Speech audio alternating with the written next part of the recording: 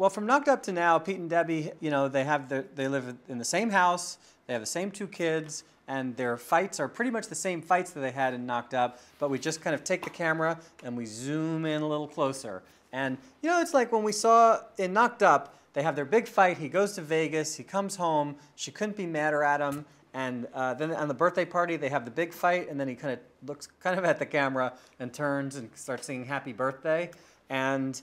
this movie kind of zeroes in on, well, what happens in that dynamic? You know, if she gets mad at him, how do they make up? What are the fights really about, and how do they end up working it out that they ultimately kind of end up being happy together in the end? The whole movie kind of takes place in modern times where, you know, when we met them in 2007, things were going okay for them, and they live in a nice house, and they have kind of nice cars, and they're, you know, everything's kind of going along, and Pete's, you know, working for a big record company and doing okay, and